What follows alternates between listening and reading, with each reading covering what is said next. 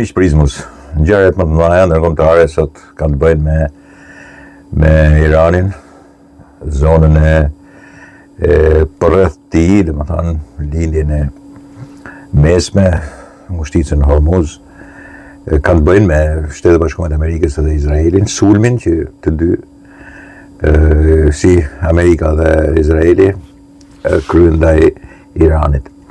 Nuk duhet futem në atë vorbullën e paqartë dhe shpeshherë të luftës pastaj politike dhe facebookiste, duhet ngushtohem ke faktet. Irani, në fakt në krahasim edhe gjithë vendet e tjera, aty është një vend diktaturë. Edhe këtë din gjithë. Është mirë të kemi luftë, sigurisht të gjithë e dinë që nuk është e mirë të kemi luftë. Por gjithë kuptojnë një diçka. Një vend kaq me popullsi fantastike si Irani, me një vend me kaq produktivitet, bie fjala kulturore dhe si të them tash jetësor, me një popullsi të madhe prej mbi 85 milion banorësh, dhe njëkohësisht me një kulturë të trashëguar fantastike, është shumë keq që jetojnë në një regjim teokratik, po diktaturë, që ndalon gjithçka dhe e bën të dallueshme nga gjithë vendet e rajonit aty. Përfshi dhe Irakun, i cili ka qenë deri dje në luftë. Normalisht kemi një vend i cili ka predispozita për të jetuar jashtëzakonisht mirë dhe nuk jeton dot, sepse ka në krye njerëz të një regjimi i cili është i shëmtuar. Nuk ka të bëjnë fare as me Islamin, as njerëz që kanë pranuar, që brenda një jave pranojnë vetë zyrtarisht, kanë vrarë 30.000 iranian, domethënë janë njerëz që janë për të hequr qafe. Nuk mund të janë përbindshëm. Kur vetë propaganda e tyre pranon një eliminim të tillë, në këtë mes tash lufta që ka filluar dhe sigurisht këtu mund të bëjmë fjalë nga më të ndryshmet, jo nafta, jo kjo, jo. Praktikisht një vend që vret veten e vet, vret kombin e vet, vet qytetarët e vet, nuk mund të kihet parasysh për një vend kaq shumë sovran. Sovraniteti i tij është urrëtia që është për Izraelin në gjithë rajonin, po tash që është nxitur edhe në gjithë botën, është diçka dhe e drejta për të thënë kush është ai regjim është diçka tjetër. Ai regjim pranoi në fillim që dhe tani u pendua dhe përgjeshtroi që raketat izraelite të goditën shkollën dhe vranë 153 vajza, po si ishte e vërtet. Ishte një raket gabimisht e drejtuar iraniane, e cila goditi vendin e vet, ashtu siç goditi edhe dy anije të tyre. Pra, edhe këtë krim e kanë bërë vetes, se nuk e ka bërë Izraeli, pavarësisht krimit që bën Izraeli duke vrarë. Kjo është një diçka tjetër, edhe diçka tjetër është gënjesh. Të thuash që shkollën me vajzat iraniane e bëri goditja e Shtetet Bashkuara të Amerikës e Izraelit. S'është e vërtet, është goditje nga raketet e tyre.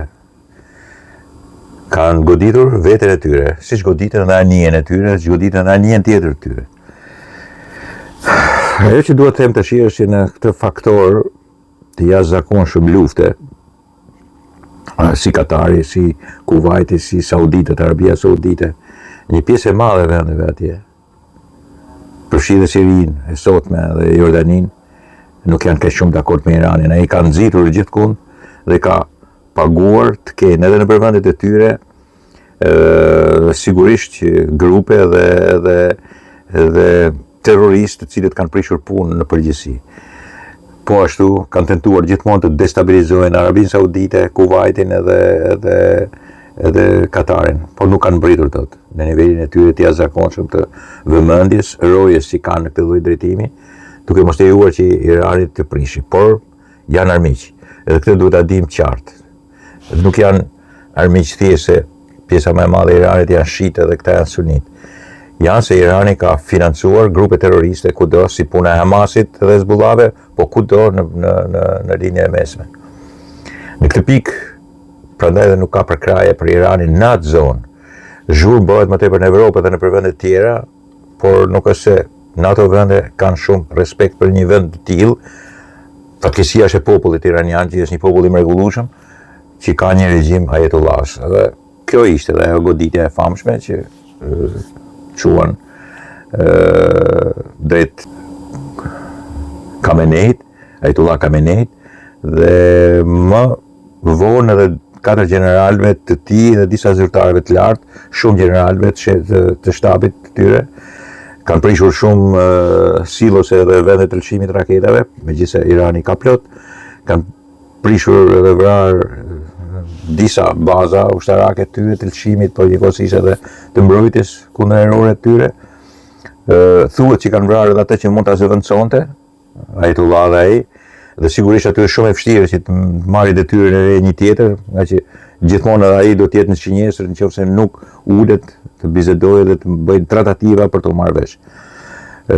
Sot presidenti Trump thoshte që na duhen 4 javë sulme taktike mbi Iran për ta shkatruar për nga ana ushtarake. Nuk e di se si mund të vazhdojë, praktikisht edhe Irani gjuan ka bërë reprezalje në Arabinë Saudite, dhe në Dubai, në Katar dhe në Kuwait, duke justifikuar bazat amerikane aty, megjithëse asnjë raket nuk është çuar nga ato baza, as kërkush nuk ka sulmuar nga Kuwaiti, as nga Katari, as nga Arabia Saudite. Këte kanë marrë përsipër vetëm amerikanët dhe Izraeli nga vendi toka e tij dhe amerikanët nga bazat e tia ujore dhe njëkohësisht nga ajri. Nuk kanë shfrytzuar baza të vendeve atje për të sulmuar Iranin. Kështu që reprezalja e Iranit në këtë kuptim është jo kaq miqësore, edhe bile nuk është as miqësore fare, është armiqësore, me vendet nga të cilat nuk është gjuajtur për të sulmuar tokën e Iranit dhe për të sulmuar regjimin e Iranit. Për të kthyer këtë regjimi, sigurisht që brenda ka lëvizje, por është një regjim i ngritur përmi gjakderdhin. Dhe shumë e vështirë që regjime të tilla që kanë një gardë kombëtare tyre e cila ka vrarë mijëra e mijëra njerëz. Kur bënte luftë dikur, janë miliona të vdekur prej tyre, si në luftë ashtu edhe në reprezalje. Dhe normalisht që është një vështirësi e jashtëzakonshme ta luash me faktorin e brendshëm. Duke pasur ndihmën nga faktori i jashtëm, sigurisht bombardimet edhe normalisht vrasjen e krerëve të ushtrisë dhe të policisë, por njëkohësisht edhe të shërbimit sekret iranian, mbase vjen një ditë edhe minimumi mund të ulesh në tratativa. Përndryshe nuk i shoh në mbyllje të afërt të luftës në Iran. Nuk i shoh edhe nuk kam për t'i parë përderisa sigurisht edhe bota nuk ka për t'a parë, sigurisht nuk mund të ndërhyjë as Rusia. Ata bëjnë fjalë, Putini thot në fjalë kështu, por praktikisht është gati dakord edhe ai, sepse është bërë pengesë regjimi atjeshëm. Është bërë pengesë për të pasur një zonë e cila jeton mirë. Jetojnë mirë siç jetojnë gjithë të tjerët atje. Vetëm Irani është ai që nuk do të jetojë mirë. Të gjithë të tjerët atje janë qetësuar. Siria që është problem. Libani mund të hajë në raketë, po mund të rregullohet, se do ta rregullojë ta sistemojë dhe Siria vet. Po të gjithë janë stabil tash. Nuk bëhen fjalë që vendet e pasura si Kuwaiti, Katari dhe Sauditët janë vende super të pasura. Kanë dyfishin e GDP-s Gjermanisë. Imagjino të ardhura për frym, si sa Gjermania. Pra, kemi të bëjmë me vende që kanë nivel. Irani që duhet ishte edhe më mirë se sa ato, edhe për nga pasuritë, edhe për nga djenit, jeton keq. Edhe jeton keq në sajt imponimit që është bërë, dikur një fajt të madh të perëndimit, të Shtetit Bashkuar të Amerikës, edhe të Bashkimit Sovjetik në atë kohë, të Francës, të vendeve evropiane, Britanisë, njëkohësisht, dhe shumë vende të tjera të cilët eksportuan dhe nxiten kundra shahut atje, një regjim tjetër i cili është shumë më i keq se regjimi i Pahlevëve. Shumë më i keq, jashtëzakonisht më i keq. Regjim vrastar, Ajatullah është edhe teokratik.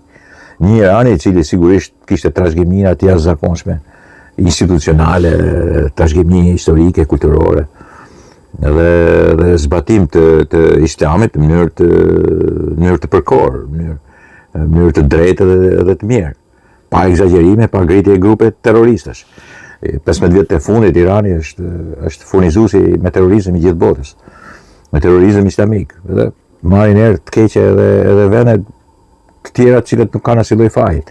Në këtë drejtim e shohim që edhe Turqia sado që mund të reagohet më ose Pakistani që bën pra nuk ndryn megjithëse janë vende islamike, sepse Irani e ka mbushur kupën, regjimi i Ajatullahëve e ka mbushur kupën për sa i përket eksportit të terrorizmit, furnizimit me armë dhe furnizimit me para të gjithë grupeve terroriste kudo në botë. Kjo ishte ajo që mund të thosha për kohën e sotme, për luftën që ka lindur edhe njëherë atje midis Shtetit Bashkuar të Amerikës edhe Izraelit edhe Republikës Islamike të Iranit.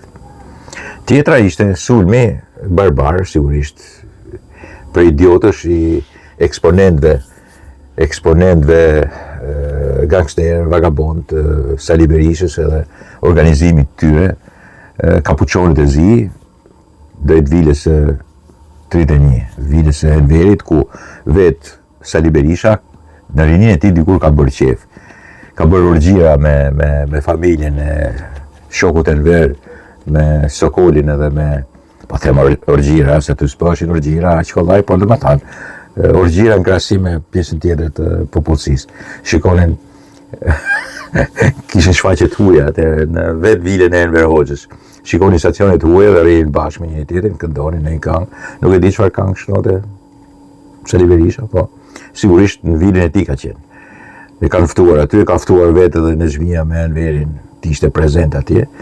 Po aty vilë tash ky e gjuan, sepse e quhen vilë kriminale, kthehet në vendin e krimit Sali Berisha. Atë krim ka bërë, ka qenë byth lëpirës edhe jo servil, po një person i cili me të vërtet ju ka lëpirë bythën familjes diktatorit Enver Hoxha dhe diktatores Nezhmia Hoxha, dhe tani bën si njeriu i cili do ta gjuajë atë vilë sepse thot, edhe prokuroria Rinkot thot që aty morën vesh që është edhe Edi Rama, rri Edi Rama aty. Dhe prokuroria aty është, e dëgjon se çfarë thot, por prokuroria është me Sali Berishën. Prokurorët shumica janë prodhime dhe origjinal nga Sali Berisha. Të gjithë i ke periferik të Shqipërisë, zorë se gjenë në një qytetar normal, jo të gjithë, po shumica atyre, po ashtu dhe gjyqtarët. Dhe kur ky bën deklarata të tilla që gjeta kryeministrin e deshëm ta dignim me vilën me Molotov dhe me këto, kjo nuk e përbën atyre asnjë lloj nuk e di fakti të qartë dhe të pastër se ai është një kriminal, është një kriminal i cili nxit dhunën, nxit vrasjen në Shqipëri. Dhe djegë dhe poshtron gjithë vendin në sajtë krimit ti mendor, patologjik mendor. E sigurisht ato organizohen poshtë, janë organizimet e Zenit e këtyre gjinxonave, ngatrohet e djali Fari Balliut, njeriu të zërit popullit dhe sigurimit të shtetit. Janë gjithë të mbedurinat, cilat organizohen bashkë, vjen ato kapuçonët, është 30, 20 vjeça, 25 vjeça, si duket marrin edhe në viza ato edhe në para, dhe vazhdojnë hedhin ashtu elementesh. Dhe normalisht pastaj ndodh që aty janë edhe ajo është një element tash që rrin të huaj atje edhe artist, ata kishin qenë brenda atje, gati u dogjen, gati u tmerruan, si më thon. Nga një sulm barbarash, e kupton, barbarash të panevojshëm, nevojë të djegësh vilën 31. Pastaj del Berisha, e dinim kështu, e dinim ashtu, ajo është vilë për të djegur, vilë që ky, po të them edhe herë, bashkë me Sokol Hoxhën edhe Liliana Hoxhën dhe një dorë të atyre, bënin qefje, dikur edhe qefton të shokun verë. Vilën ku ka qenë vetë ky, Bëthë Pirsi i familjes Hoxha, ky vetë, Sali Berisha. Atë do diqte ky, në këtë mes. Ato do ta kishin bërë muze të krimit, torturave. Torturave pra muze ku tregohet tortura që ka pësuar Sali Berisha në vilën e Enver Hoxhës. Kaq i pa fytyrë, i pa cip, dhe që ndjekin pas gjithfar derbederësh kudo në si them tash në Partinë Demokratike të sotme. Ato Tiranë që të mëdhej tabakja me atë Ali Mehmeti, në Tiranë sa kështu par excellence ato, një klepto katoliko demokrat siç është Gjergj Markaj, bashkë me Josefina Topallin për turp edhe gjithë këtë Partia Demokratike e Shkodrës këtu, dhe shumë element tjerë, të cilët sigurisht janë dakord që të digjet kjo, digjet ajo, digjen kazanet, përdonohet Tirana, sepse sigurisht me po të njëjtën mendje të Sali Berishës ekzistojnë edhe janë. Në këtë pikë që të them, ky është Sali Berisha dhe ky është momenti për të qarë hallin, Moment që mund të shfrytëzojë Edi Rama, normalisht, sa t'jen këto do t'jem unë pushtet, po që nuk është ndershmëri kjo. Nuk ka lidhje me ndershmërinë. Çfarë ndershmërie mund të ketë këtu? S'ka si lloj ndershmërie. Nuk mund të ketë ndershmëri. Derisa mund të shfrytëzohet kjo. U shkarkua drejtori i policisë, duket për punë të vilës, edhe disa mosmarrveshje që mund të ketë pasur. Edhe me ministrin e cila tash po bëhet zëvendës kryeministre.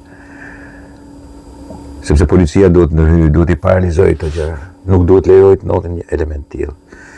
Nuk duhet i lejojë të ndodhin djegje dhe përdhunimet të Tiranës edhe të vendeve nga më të ndryshmet, sepse kështu mendon një kanibal i vendit vet, i cili është Ajetullah Berisha. Nuk është hiç më i mirë se sa ato që kanë bombarduar. Ai po të kishte në dorë, do kishte bërë më keq se sa Ajetullah, por nuk ka në dorë. Ai do të ishte regjim edhe më teokratik edhe më patologjikisht i smurë se sa i vetë Ajetullahve. Në fundit atë moshën e tyre ka dhe Berisha ashtu është. Në këtë lloj forme është i pandrejshëm. Dhe gjithmonë sa të jetë gjallë do të djegi. Ka djegur Shqipërinë disa herë, e ka djegur 98-ën, e ka djegur 97-ën, e ka djegur, ka hedhur në herë në 2008-ën, e ka vrarë dhe e ka përshluar në 2011-ën. Këtë punë bën Berisha. Ata që i shkojnë mrapa tash janë më keq se sa Berisha, absolutisht më keq. Edhe këta të politikës. Edhe pse janë përfitues. Janë më keq sepse sigurisht e dinë që është një çmendur dhe një kriminal i vendit vetë dhe e ndjekin mrapa. E ndjekin politikisht se s'kan vend politik. Se ekziston më vendi për to në politik. Po t'jenë vetëm, ata nuk do marrin asgjë. Nuk do t'i votojë kërkush. Dakord, miqtë mi.